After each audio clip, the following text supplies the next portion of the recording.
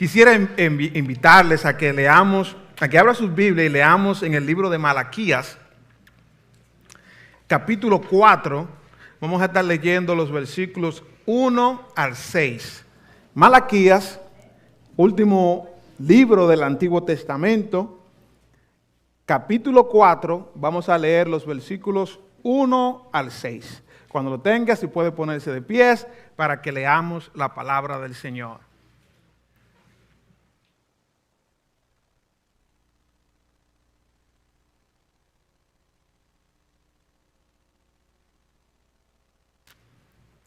Amén.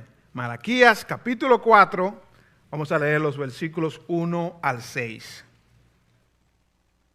Dice así: porque he aquí, viene el día ardiente como un horno, y todos los soberbios y todos los que hacen maldad serán estopa. Aquel día que vendrá los abrazará, ha dicho Jehová de los ejércitos, y no les dejará ni raíz ni rama. Mas a vosotros, los que teméis mi nombre, nacerá el sol de justicia, y en sus alas traerá salvación, y saldréis y saltaréis como becerros de la manada. Hollaréis a los malos, los cuales serán ceniza bajo las plantas de vuestros pies. En el día en que yo actúe, ha dicho Jehová de los ejércitos. Acordaos de la ley de Moisés, mi siervo, al cual encargué en Horeb ordenanzas y leyes para todo Israel. He aquí yo os envío el profeta Elías, antes que venga el día de Jehová grande y terrible. Él hará volver el corazón de los padres hacia los hijos y el corazón de los hijos hacia los padres, no sea que yo venga y hiera la tierra con maldición. Hermano, quisiera invitarles a que leamos todos juntos el versículo 2. Dice la palabra: mas a vosotros los que teméis mi nombre, nacerá el sol de justicia, y en sus alas traerá salvación, y saldréis y saltaréis como becerros de la manada. Amén, amén, nuestro Señor. Padre, te damos gracias por tu palabra, por el gran privilegio que tenemos de leerla y de meditar en ella. Padre, que tu Espíritu Santo nos lleve, Señor, a una actitud de postramiento, de rendirnos ante tu palabra, de escuchar con reverencia, de que todo lo que se diga aquí, Señor, en esta tarde sea guiado por tu palabra, guiado por tu Espíritu y usado para la edificación de tu pueblo, Padre. En el nombre de Jesús. Amén. Amén. Gracias, hermano. Pueden tomar asiento. Yo creo que todos nosotros estaríamos de acuerdo en decir que una de las experiencias más molestas, incómodas, difíciles y hasta irritantes es la experiencia de ser cuestionado. La experiencia de ser interrogado. A nadie le gusta, creo, ser sometido a cuestionamiento. Tal vez usted se recuerda, como yo, varias ocasiones cuando usted era niño, en algún momento usted cometió alguna travesura o no hizo lo que debía hacer, y tal vez usted le llegó el momento de usted enfrentarse a los cuestionamientos. Tal vez usted, como yo muchas veces me armé toda una teoría, y cuando ante mis padres o ante mis abuelos o ante mis tíos o ante los maestros tenía que aferrarme a eso que yo decía, como una gente en el medio del mar se aferra a un bote o algo que lo mantiene a flote. Y, ¿verdad? Y uno se testarudamente trata de aferrarse a eso. Si usted, como yo, aun cuando lo descubrieran, usted seguía insistiendo, tal vez se molestaba, hasta lloraba de que no le creían, porque usted no. Pero ser cuestionado es difícil, ser interrogado. todos los días, en todo el país, alguna persona es cuestionado, tal vez en un recinto policial o en una corte. Y es algo realmente difícil. Yo recuerdo en una ocasión en que se estaba discutiendo en la televisión el tema este del uso de maltrato, ¿cuál es la palabra? Maltrato físico, tortura. Y para prisioneros, personas que son acusadas de terrorismo, etcétera. Y yo recordaba que decían personas que son interrogadores profesionales, que decían, el que interroga, que necesita recurrir a tortura, no sabe lo que está haciendo. Si usted quiere descubrir la verdad, usted solamente necesita sentar a la persona ahí, darle un vaso de agua, que se sienta cómoda y comenzarle a hacerle preguntas. Y la persona a veces viene con todo su mundo armado. No, mira, yo estaba en la esquina, el carro pasó, él hizo tal cosa, yo hice tal cosa y no pude hacer. Y ahí comienzan las preguntas, las interrogantes, los cuestionamientos. Y en un momento dado, como si fuera un pequeño rayón en un cristal, empieza con una inconsistencia. No, tú dijiste que el carro era rojo oscuro o rojo claro. Pero no, ese carro moderno no lo hacen en rojo oscuro. ¿Tú estás seguro que era oscuro? No era tan moderno como yo había dicho. Y ahí comienza todo, y ahí se quiebra todo, y de un momento dado se derrumba. Ser cuestionado es difícil. Ser cuestionado es hasta, uno se siente hasta ofendido. Uno no le gusta enfrentarse a cuestionamiento. Y uso la palabra cuestionamiento porque pudiera decir preguntas, pero me parece que pregunta tiene una connotación como muy suave. Con pregunta es como que yo te digo a ti, ¿qué hora es? O ¿cómo llego a downtown? Pero yo me refiero a cuestionamiento. Hay esas preguntas que llegan, que buscan no solamente información, que buscan probar el carácter, que no solamente están buscando la veracidad de lo que tú dijiste, sino la veracidad de tu carácter, de tu interior. Es difícil. Y yo creo que por eso este libro de Malaquías, el último libro del Antiguo Testamento, es un libro diferente, es un libro, si pudiéramos decir, duro, porque es un libro que está lleno de cuestionamientos. El hombre que cuestiona a Dios y Dios cuestionando a los hombres. El punto es que cuando el hombre cuestiona a Dios, siempre está equivocado. Dios siempre sale ileso, vindicado del cuestionamiento. Pero cuando Dios cuestiona a los hombres, cuando Dios cuestiona nuestra vida, nunca salimos ilesos. Dios siempre tiene la razón. Este libro está lleno de cuestionamientos, pero este capítulo 4, vamos a ver algunos de estos cuestionamientos durante el resto de esta tarde, pero en este capítulo 4, si ustedes notaban, ya no hay cuestionamiento. Lo que hay es una afirmación, es la última palabra, la palabra de Dios, porque Dios, nuestro Dios, siempre tiene la última palabra. Y aquí ya se han acabado los cuestionamientos de parte del hombre hacia Dios. Y encontramos en este versículo 2 esta maravillosa, extraña expresión. Se dice que más a vosotros, a ustedes, los que teméis o los que dan reverencia a mi nombre, el Señor dice, a ustedes, para ustedes nacerá o se levantará el sol de justicia. El sol de justicia. Esta expresión es única en el libro de Malaquías, en ninguna otra parte. En algunas ocasiones se usa la expresión, se habla de Dios que da iluminación, pero nunca se usa esta expresión, el sol de justicia. ¿Y a quién se refiere? Bueno, es claro por el contexto inmediato, los versículos que están antes y después, por el contexto de todo el libro, por el contexto, llamamos canónico, el contexto de toda la Biblia, que está refiriendo al Mesías, que está refiriendo a nuestro Señor Jesucristo. Él es el sol de justicia. Y yo quisiera que nos preguntáramos en esta tarde, ¿por qué nuestro Señor Jesucristo es el sol de justicia? Esta palabra, sol de justicia, no es un nombre, es un adjetivo. Está describiendo el carácter, la obra de nuestro Señor Jesús. ¿Es justificado entonces decir que Jesús es sol de justicia? ¿Qué quiere decir eso? ¿Cómo Él realmente funciona como un sol de justicia? ¿Por qué Jesús es el sol de justicia?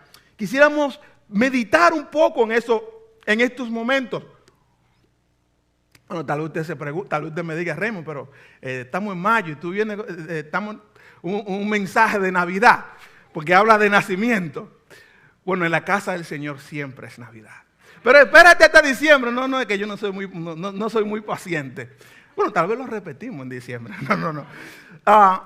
Jesús, el sol de justicia. ¿Por qué Él es el sol de justicia? Y queremos decir, creo que estudiando la Escritura podemos llegar a la conclusión de que Jesús es el sol de justicia porque en Él la justicia de Dios es vindicada y victoriosa.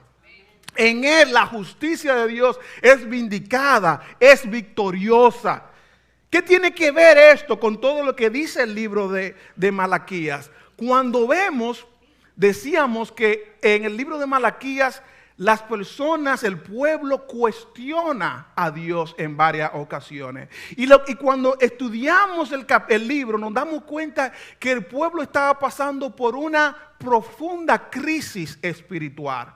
Las preguntas de ellos no eran preguntas simples y llanamente intelectuales, de conocimiento, de cómo Dios hace esto, cómo Dios hace aquello. La pregunta de ellos, los cuestionamientos de ellos surgían porque había una gran crisis espiritual en el pueblo. Lo vemos, por ejemplo, en el capítulo 1. Dice el capítulo 1, por favor acompáñenme, el versículo 2, donde el Señor dice, mírenlo ahí, Malaquías 1, versículo 2. Yo, dice el Señor, yo os he amado, dice Jehová. Y dijiste, ¿en qué nos amaste? ¿En qué nos amaste?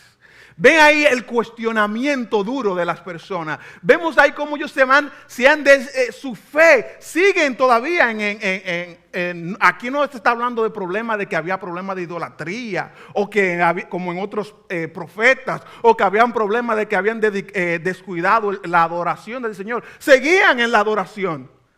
Pero en el fondo había una actitud de cuestionamiento, había una actitud hasta cínica, se pudiera decir. ¿En qué tú no has amado?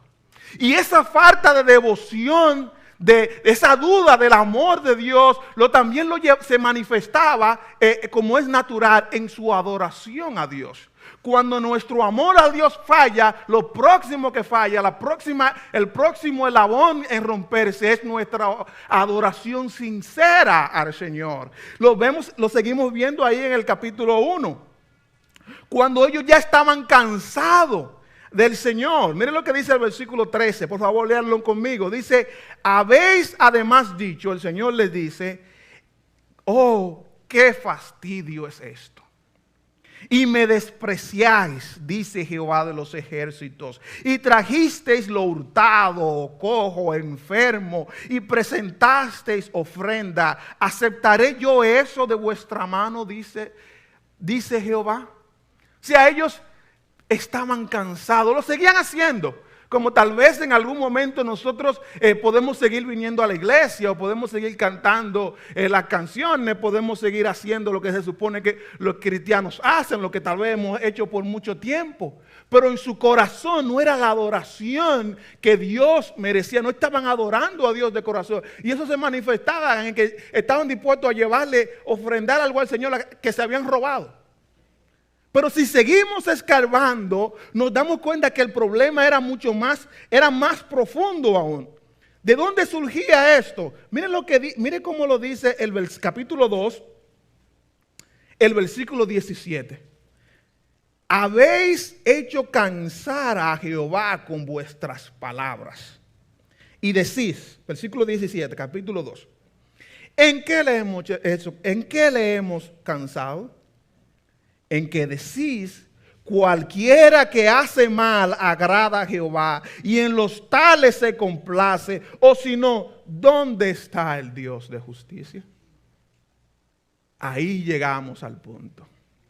Ahí llegamos al punto. Ellos estaban cuestionando, su adoración era vacía, cuestionaban el amor de Dios, pero todo se originaba de esto, de que ellos estaban cuestionando la justicia de Dios.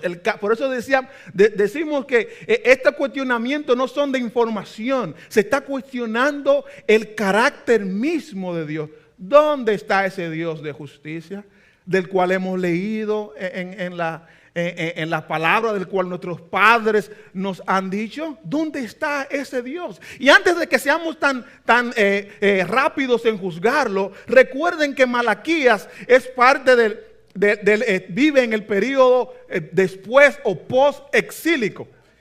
Lo que tomamos la clase de paso a paso por el Antiguo Testamento, saben lo que quiere decir post-exílico. Bueno, ya no voy a hacer más anuncios.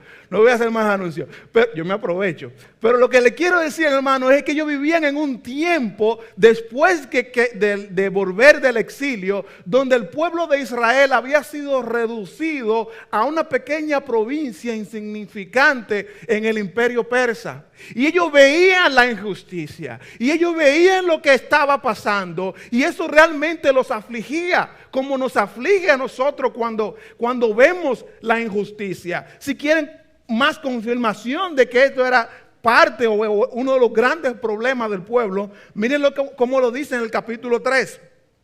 En capítulo 3, el versículo 13. Miren lo que dice el Señor. Vuestras palabras contra mí han sido violentas, dice Jehová. Y dijisteis, ¿qué hemos hablado contra ti? Habéis dicho, por demás es servir a Dios. ¿Qué aprovecha que guardemos su ley y que andemos afligidos en presencia de Jehová de los ejércitos? Decimos pues ahora, bienaventurados son los soberbios. Y los que hacen impiedad no solo son prosperados, sino que tentaron a Dios y escaparon. Esa era la raíz o una de las raíces principales del problema. Por eso estaban cuestionando a Dios, por eso estaban cuestionando su amor. Y realmente, hermanos, que cuando vemos la injusticia, realmente nuestra fe es sacudida. Yo les decía a los hermanos en la célula esta semana, eran como las 7:30, nosotros empezamos la célula a las 7:30, y yo le decía, hermano, miren, hace como una hora, cuando yo llegué a mi trabajo, a eso 6:15, 6:30, estaba cenando con mi esposa, los niños estaban jugando, estábamos ahí en el comedor y escuchábamos la televisión encendida en la sala. Bueno, como ustedes saben, yo no vivo en una mansión, así que el comedor y la sala es ahí mismo, pero uno se imagina que está en el comedor y que está en la sala. Pero el caso es que solamente escuchábamos la televisión, el noticiero de las 6, y yo generalmente me paro y lo apago, pero en ese momento por pereza lo dejé prendido, y está ahí disfrutando de la bendición del Señor, y de repente uno escucha así como si nada. Encontraron el cuerpo de la joven que fue ahorcada, la ahorcaron para sacarle el bebé de su vientre. Y eso ni siquiera sale en primera plana, porque eso lamentablemente es común, ese tipo de... Y algo tan... Ustedes son mejores con palabras que yo. Yo no sé, busquen una palabra, algo tan, no sé, terrible, grotesco. Gracias, mi hermana, grotesco. Usted es la patria de José Martí, usted conoce la palabra. Grotesco. Así, la injusticia realmente sacude nuestra vida, sacude nuestra experiencia. Pero no solamente lo que vemos en la televisión, muchas veces nuestra propia experiencia. ¿Cuántas veces somos objeto de injusticia? La injusticia de la esposa o del esposo que no reconoce lo que el cónyuge hace. La injusticia de nuestros hijos que no reconocen el esfuerzo. Nuestro empleador que no reconoce nuestro esfuerzo. La injusticia es dura y eso puede llevarnos a una de esas crisis silentes de fe. Pero ¿por qué digo que Jesús es el sol de justicia? Porque en Él la justicia de Dios es vindicada y victoriosa. Por lo que dice, todo lo que dice el capítulo 4. Vuelvo a Malaquías, al capítulo 4, cuando habla de que viene el día del Señor. Un día donde será como un horno y todos los soberbios que hacen maldad serán estopa, serán paja que arderá. O sea, en las Escrituras, el profeta Malaquías y todos los profetas hablan del día del Señor, de la venida del día del Señor. Y hablan de que el Mesías, el Rey prometido, Jesucristo, sería aquel que traería, que inauguraría el día del Señor. El día donde la justicia de Dios sería vindicada. El día donde se verá la victoria de la justicia del Señor.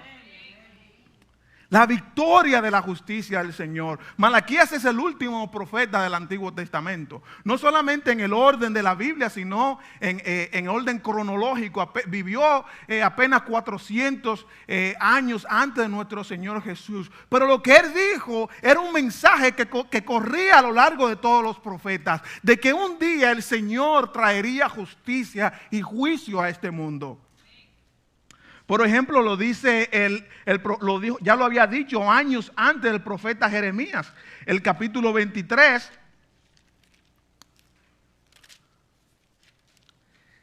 Dice el versículo 5, Jeremías 23, 5. He aquí que vienen días, dice Jehová, en que levantaré a David renuevo justo y reinará como rey, el cual será dichoso y hará juicio y justicia en la tierra. En sus días será salvo Judá, e Israel habitará confiado, y este será su nombre con el cual le llamarán Jehová, justicia nuestra. Jehová, justicia nuestra. Él será nuestra justicia. Él no solamente traerá justicia al mundo, sino que será nuestra justicia. Si nosotros somos víctimas de injusticia a menor o mayor grado, pero como cristianos sufrimos la injusticia, pero no tenemos que sufrir el que no podemos resarcir la injusticia. Sabemos que cuando usted es víctima de una injusticia, de un abuso, uno se siente tan impotente, uno se siente, oye, no puedo hacerle nada, no puedo devolverle, pero nosotros no tenemos que sentirnos así, porque el Señor es nuestra justicia, porque el Señor un día nos vindicará, porque el Señor un día nos dará la victoria. Por eso en el libro de Apocalipsis se habla de que el Señor a su siervo, Él los vistió con vestiduras blancas. Por eso la Escritura nos llama en el libro de Romanos a que no nos venguemos, sino que demos lugar a la ira del Señor, que seamos, que si nuestro enemigo tiene sed, que nosotros le demos de beber, porque nosotros los cristianos no necesitamos andar con nuestro resumen, con nuestra lista de todas las cosas buenas que hacemos. El Señor es quien nos defiende. El libro de Apocalipsis habla de eso. El libro de Apocalipsis nos dice en el capítulo 19, el versículo 11, entonces vi el cielo abierto, y he aquí un caballo blanco, y el que lo montaba se llamaba Fiel y Verdadero, y con justicia juzga y pelea. Dice el versículo 15, de su boca sale una espada aguda para herir con ella las naciones, y él las regirá con vara de hierro, y él pisa el lagar del vino del furor y de la ira del Dios Todopoderoso. Y en su vestidura y en su muslo tiene escrito este nombre: Rey de Reyes y Señor de Señores. Jesús es nuestro sol de justicia. En Él la justicia de Dios es vindicada. En Él la justicia de Dios es victoriosa. ¿Por qué Jesús es el sol de justicia? Jesús es el sol de justicia porque en Él nosotros encontramos la justicia de Dios. Porque en Él la justicia de Dios viene a nuestras vidas. ¿Qué pasaba en el pueblo? Bueno, como es común, ellos que cuestionaban a Dios por la injusticia, ellos mismos practicaban la injusticia. Muchas veces cuando nosotros estamos ofendidos o molestos por algo que han hecho contra nosotros, ignoramos lo que nosotros mismos hacemos contra otra persona. Miren vamos a leer algunos versículos aquí en Malaquías. O sea, mientras ellos se estaban molestos ante Dios porque Dios supuestamente soportaba la injusticia de otros, ellos mismos practicaban la injusticia contra su prójimo, la injusticia contra Dios mismo. En el capítulo 2, miren lo que dice el versículo 10.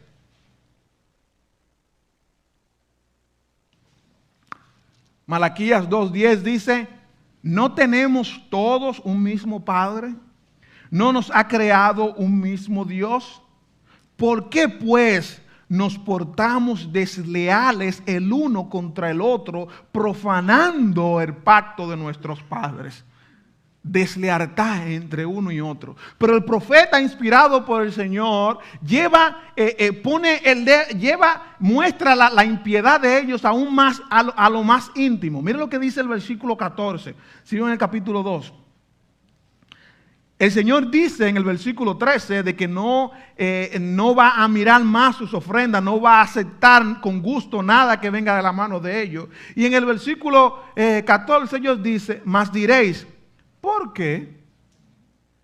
Porque Jehová ha atestiguado contra ti y la mujer de tu juventud, contra la cual has sido desleal, siendo ella tu compañera y la mujer de tu pacto. Dice el versículo 15 más adelante: guardaos pues en vuestro espíritu y no seáis desleales contra la mujer de vuestra juventud, porque Jehová, Dios de Israel, ha dicho que Él aborrece, que Él odia el repudio, o sea, el divorcio, y al que cubre de iniquidad su vestido, dijo Jehová de los ejércitos: guardaos pues en vuestro espíritu y no seáis desleales. La verdad, hermanos, que como hombre casado, cuando leo este pasaje, realmente es intimidante. ¿Usted se imaginaría lo que es usted estar en un juicio siendo acusado de algo y el fiscal llama a un testigo? Señor juez, un último testigo. Y el testigo es Dios mismo. Dice el versículo 14, porque Jehová ha atestiguado entre ti y la mujer de tu juventud. Yo, dice el Señor, yo soy el testigo. Lo cual nos recuerda lo que decíamos antes, de que el Señor es que nos vindica. Estas mujeres que habían sido víctimas de ese abuso, el Señor era su testigo. Pero dice aquí que ellos, mientras hablaban y se quejaban de que nosotros somos tan buenos y mira cómo los soberbios prosperan, ellos mismos practicaban la injusticia a lo más íntimo. La verdad, hermanos, es que nuestra justicia, la justicia humana, es siempre a lo más justicia parcial. Yo me doy palmadas en el hombro por lo bueno, por lo justo que yo soy aquí en la iglesia, pero en el trabajo, en mis negocios, cometo la injusticia. O soy muy bueno, muy justo en público, si soy político, soy el político más serio, pero le soy infiel, soy injusto con mi propia esposa o con mis propios hijos. La verdad es que la justicia nuestra siempre es imparcial, siempre es, la justicia humana por sí mismo siempre es por lo conveniente. Pero no solamente ellos estaban cometiendo injusticia contra su prójimo, sino que estaban cometiendo injusticia contra Dios mismo. Eso nos lleva al capítulo 3, pasaje creo conocido, el versículo 7. Dice el versículo 7, desde los días de vuestros padres os habéis apartado de mis leyes y no las guardasteis. volveos a mí y yo me volveré a vosotros, ha dicho Jehová de los ejércitos. Y la respuesta, mas dijiste, ¿en qué hemos de volvernos? ¿Robará el hombre a Dios? Pues vosotros me habéis robado. Y dijiste, ¿en qué te hemos robado? En vuestros diezmos y ofrendas. Malditos sois con maldición, porque vosotros, la nación toda, me habéis robado. Creo que he conocido el pasaje, pero lo que quiero destacar aquí es como la injusticia que subyacía aquí, de cómo ellos cuando retenían los diezmos y ofrendas, no estaban reconociendo que Dios era el dador de todo lo que ellos tenían, cómo ellos no estaban reconociendo que ellos estaban violando el pacto del Señor. Así que mientras ellos proclamaban y se quejaban de que los malos prosperaban, los que estaban ahí y ellos eran buenos y no estaban prosperando, la verdad que ellos mismos estaban practicando la injusticia. La verdad que su justicia era falsa. Volvemos al capítulo 4, versículo 2. ¿Por qué entonces decimos que Jesús es el sol de justicia? Porque Jesús nos da justicia verdadera. En Jesús, esa justicia verdadera, que es la justicia del Señor, llega a nosotros. Cuando Jeremías, en el pasaje que leímos ahorita, decía que su nombre sería Jehová justicia nuestra, se refería a que Jehová lo iba a dar verdadera justicia. En el capítulo 3 de este libro de Malaquías, miren cómo se describe la labor del Mesías, la labor del enviado del Señor. Capítulo 3, versículo 1. He aquí, yo envío mi mensajero, el cual preparará el camino delante de mí, y vendrá súbitamente a su templo. ¿Quién vendrá? El Señor, a quien vosotros buscáis, el ángel del pacto a quien deseáis vosotros. He aquí viene, ha dicho Jehová. Y dice, miren lo que dice el versículo 3, ¿cuál será su labor? Y se sentará para afinar y limpiar la plata, porque limpiará a los hijos de Leví, los afinará como a oro y como a plata, y traerán a Jehová ofrenda de justicia. Él hará que las personas, Él limpiará, Él vendrá a su templo y Él va a limpiar. Y Él va a hacer que el oro sea resplandeciente en la plata como el oro. Y Él hará que ustedes puedan venir delante de Él a traer ofrenda de justicia. Uno de los problemas que había en el pueblo, lo podemos ver en el capítulo 2, es que los sacerdotes, aquellos que estaban obligados según la ley de Dios a enseñar la palabra de Dios al pueblo, a enseñar la justicia, como dice el capítulo 2, versículo 7, porque los labios del sacerdote han de guardar la sabiduría, y de su boca el pueblo buscará la ley, porque mensajero es de Jehová de los ejércitos. Una de las cosas que pasaban es que ellos mismos, los sacerdotes mismos, estaban corrompidos. Pero el Mesías, el Señor mismo, paréntesis, no sé si se dieron cuenta que en el versículo 1 del capítulo 3, el Mesías es Dios mismo. Dice, y vendrá súbitamente a su templo. ¿Quién vendrá? El Señor. O sea, en la escritura, en los profetas, el Mesías no era alguien que simple y llanamente Dios iba a enviar. En la escritura, el Mesías es Dios mismo que venía a su pueblo. Emmanuel, Dios con nosotros. Entonces el Mesías vendría, Jesús vino a este mundo para traer a nuestra vida verdadera justicia. Si tú estás contento con tu justicia, con tu rectitud, tú estás bien, tú no necesitas, Jesús, el sol de justicia no ha nacido para ti. Jesús es para aquellos que reconocemos que nuestra propia justicia son, como dice el profeta Oseas, que nuestras piedades son como la neblina de la mañana, que en un momento dado lo llena todo, pero en un momento se va. Y el Señor Jesús viene a nosotros, a nuestra vida, a darnos verdadera justicia. No esa justicia que nos sirve para tirarnos una foto bien bonita, sino la justicia que vale la pena, la justicia que es verdadera. Dice, por ejemplo, el apóstol Pablo en su carta, el capítulo 2, a Tito, en su carta a Tito, el capítulo 2, pasaje que siempre debe estar en nuestra mente y en nuestro corazón. Dice el capítulo 2, versículo 11.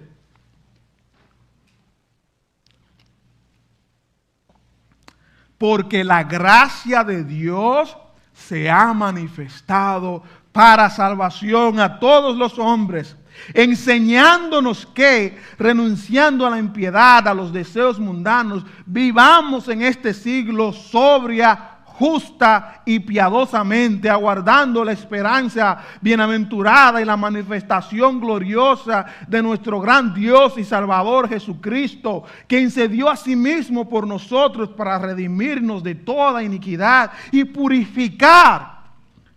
¿Para qué? Purificar para sí un pueblo propio, celoso de buenas obras.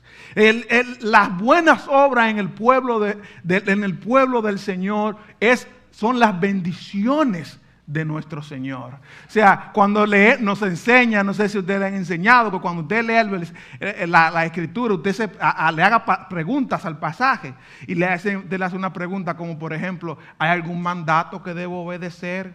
¿O hay alguna promesa que debo al que debo reclamar o aferrarme? Bueno, la justicia es una promesa del Señor. Y porque es una promesa, entonces se convierte en un mandato. La gracia de Dios se ha manifestado para salvación. Y esa gracia es la gracia del Señor quien nos enseña a vivir piadosamente.